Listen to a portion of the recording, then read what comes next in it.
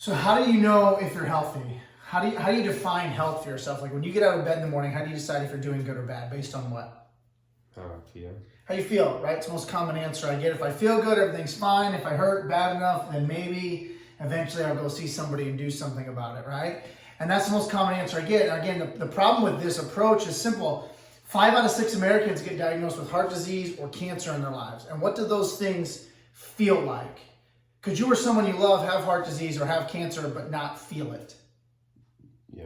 Yeah, absolutely. They call these things silent killers because there are no symptoms. There's no warning signs. There's nothing to tell you that there was a problem until it's oftentimes too late to do anything about it.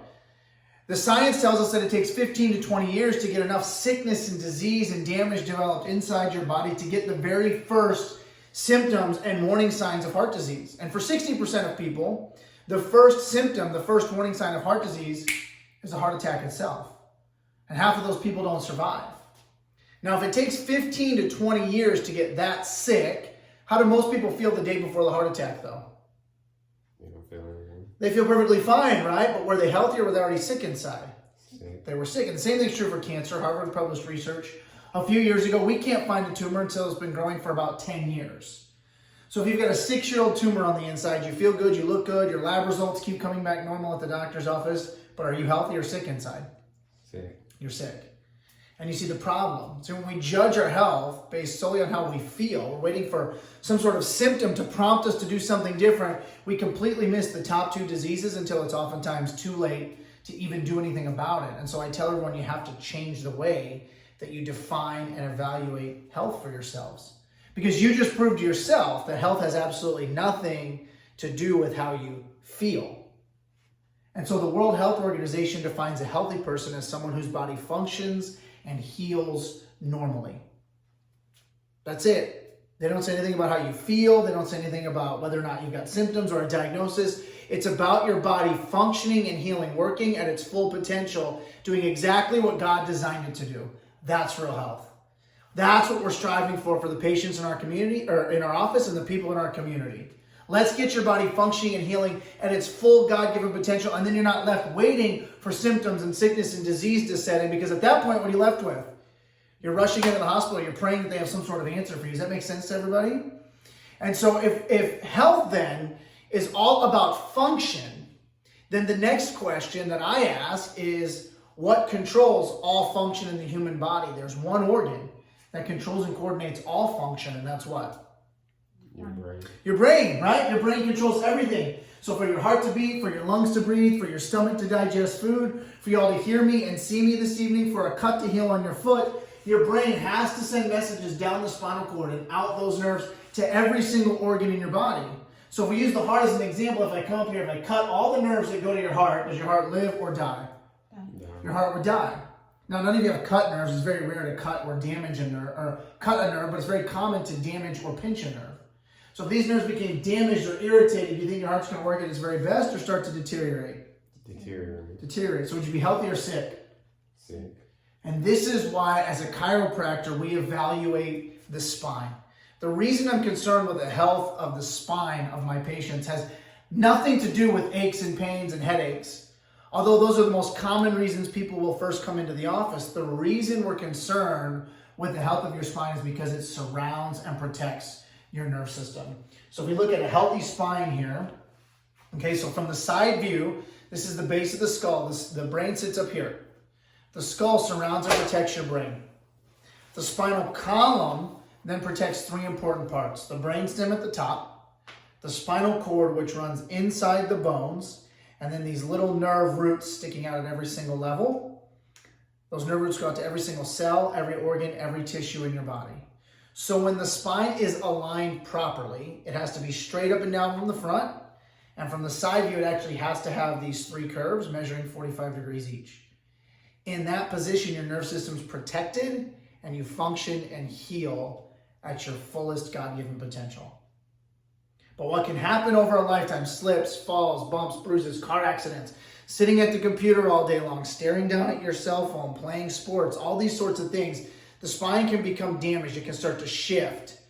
And that puts stress and tension on these nerves right here. Now, if these nerves go out to the colon, is your colon going to work good or bad?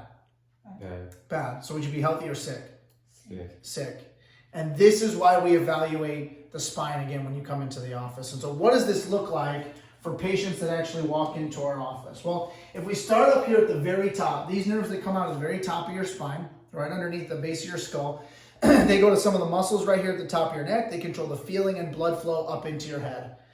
And so if you've got stress or damage on the nerves that control the blood flow and the feeling up in your head, you might end up with a throbbing headache. And what do most people do for the headache?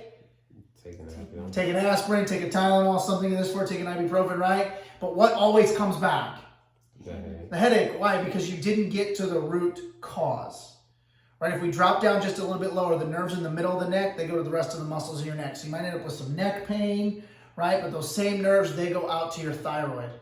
And so maybe patients start feeling tired, fatigued, they're gaining weight, they feel like they're doing everything right. They're like, doc, all I eat is broccoli, I go to the gym every day, I can't lose any weight. So they go into their medical doctor, doc runs a test, he comes back and says, you have hypothyroidism. Here's your Synthroid Mary. All you have to do is take this drug every single day for the rest of your life. They never figured out why your thyroid stopped functioning in the first place. Right? If we drop down just a little bit lower, the nerves in the very base of the neck and the upper back, right in here, they go across the shoulders. They go all the way down your arms to your fingers. So you might end up with pain in between your shoulders, that burning sensation if you've been on the computer for a long time, right? You might get pain, numbness, tingling, shooting down the arm. You might get carpal tunnel symptoms. Right? Those same nerves, they also go out to your heart. So if there's not clear communication between the brain and the heart's not going to work as efficiently as it could. And so now it's starting to beat harder. And all of a sudden your blood pressure goes high. Right? And you go into the doctor and the doctor says, here's your blood pressure medication, here's your cholesterol medication. All you got to do is take these 2 drugs every single day for the rest of your life. Never figured out why the blood pressure shot up in the first place. We drop down just a little bit lower. The nerves here and the rest of the mid-back, they go to all the muscles in your back. They wrap around into your rib cage and into your chest. So you might end up with some pain in the mid-back. You might end up with radiating pain around into your ribs or into your chest or the upper part of your abdomen. Some of those nerves also go out to your pancreas. Your pancreas secretes one particular hormone called what? Anybody know? Insulin, right? Very good. And so all of a sudden these patients, they're tired, they're fatigued, and maybe they're gaining weight, they're thirsty all the time, they've got neuropathy in their feet, they run to the doctor runs a test, he comes back, he says your A1C is through the roof, you're a type 2 diabetic. Right? Here's your metformin, here's your glycerin. All you got to do is take these drugs every single day for the rest of your life. Still never figured out why you became diabetic, why your pancreas stopped producing the insulin in the first place.